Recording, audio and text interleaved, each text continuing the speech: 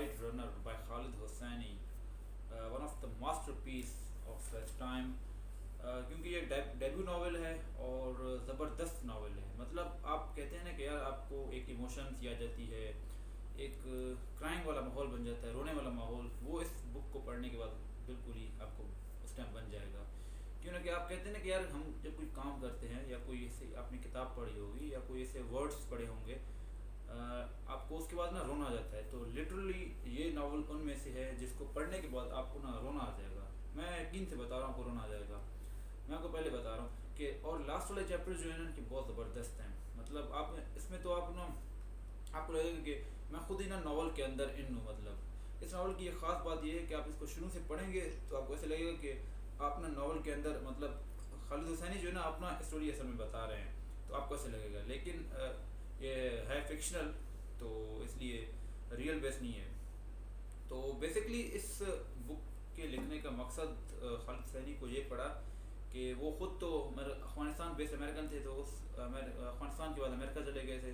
तो 2005 में ये नावल फर्स्ट टाइम पब्लिश हुई थी।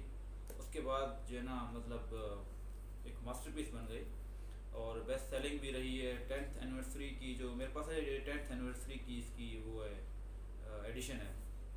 तो उसके बाद इस बुक का जो बैक स्टोरी है, जो पीछे की थीम है, वो है कि रशियन इन्वेजन ऑफ अफ़गानिस्तान। जब रशिया अफ़गानिस्तान में आया था हमला करने के लिए, तो उस टाइम अफ़गानिस्तान के हालात क्या थे, अफ़गानिस्तान में तालिबान का क्या रोल था और तालिबानों ने क्या क्या काम किया था और रशियन ने वहाँ पे क्या काम किया था। तो इस पे जो लिखा हुआ है ना, रशियन नहीं लिखा हुआ, इस पे रूसी लिखा हुआ है, रूसी RUSSI। तो इसमें रूसी का वर्ड इस्तेमाल हुआ है। इस तरह बहुत सारे वर्ड हैं जो उर्दू के इसमें इस्तेमाल हुए हैं, लेकिन अच्छी चीज़ ये है कि उसके सामने ना इन्होंने मीनिंग लिख दी है कि इंग्लिश में इसकी ये मीनिंग है। तो आप अगर पढ़ेंगे तो आपको अच्छे से समझ आ जाएगी। और दूसरी बात यह है कि इस नावल में एक लड़का होता है आमिर, और उसके बाप उसका वालिद साहब होते हैं आगा। तो इसके बेटे का नाम होता है आमिर आगा। इसका एक दोस्त होता है हसन, और इस तरह ना इनकी स्टोरी चलती रहती है। आमिर जो है ना एक बड़े ख़ानदान से होता है, और इसका जो दूसरा दोस्त होता है वो हसन, वो हज़ारा होता है, और आमिर जो है ना अफ़गानिस्तानी मतलब अफ़गानी पश्तून होता है। तो इन दोनों की स्टोरी इस तरह चलती रहती है। आपस में दोस्त होते हैं। आमिर को लिखने का शौक़ होता है। जो इसके दूसरे अंकल होते हैं रहीम, वो उसको अप्रिशिएट करते हैं, लेकिन उसके फादर को जो है ना लिखना पसंद नहीं होता। मतलब इसके फादर कहते हैं कि आप ना लिखो तो अच्छा है। तो इस तरह ना इनकी स्टोरी चलती रहती है। और एक टाइम ऐसा आता है कि ना आमिर और हसन जो है ना किसी जगह पे जा रहे होते हैं, लेकिन आमिर को जब कुछ लोग देख लेते हैं कि यार ये तो ना लो कास्ट वाली लड़की के साथ घूम रहे, हज़ारा के साथ घूम रहे, तो इसको ना लोग गिल्ट फील कराते हैं कि आप इस तरह तो इस तरह ये तो आमिर ना उस टाइम गुस्सा हो जाता है और हसन को छोड़ देता है। और इस तरह ये करते करते हसन फिर ना अफ़गानिस्तान में रह जाता है, और आमिर मूव कर जाता है अमेरिका अपने अब्बू के साथ। वहाँ पे लोग रह लेते हैं, वहाँ पे उनकी ये शादी वगैरह कर लेता है, सब कुछ कर लेता है। लेकिन जो मेन पॉइंट है ना, मेन पॉइंट देखिए वो ये है कि क्या आमिर आखिर में हसन से सॉरी कर पाता है या नहीं कर पाता, ये तो मैं नहीं बताऊँगा, लेकिन आप इसको पढ़ेंगे तो आपको समझ आ जाएगी।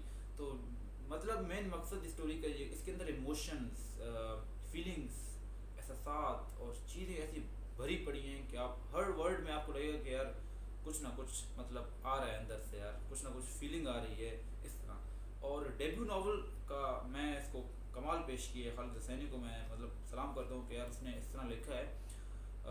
डेब्यू नावल में इस तरह का काम करना बहुत मुश्किल होता है। डेब्यू नावल में असल में मतलब इंसान लिखता है, लेकिन कुछ गलतियाँ और चीज़ें होती हैं। इसमें आपको ऐसा लगेगा कि गलती या मतलब कोई चीज़ जो अपने चैप्टर से या स्टोरी से जो चीज़ हट गई वो आपको नज़र नहीं आएगी, क्योंकि मतलब बहुत ज़बरदस्त लिखा हुआ है।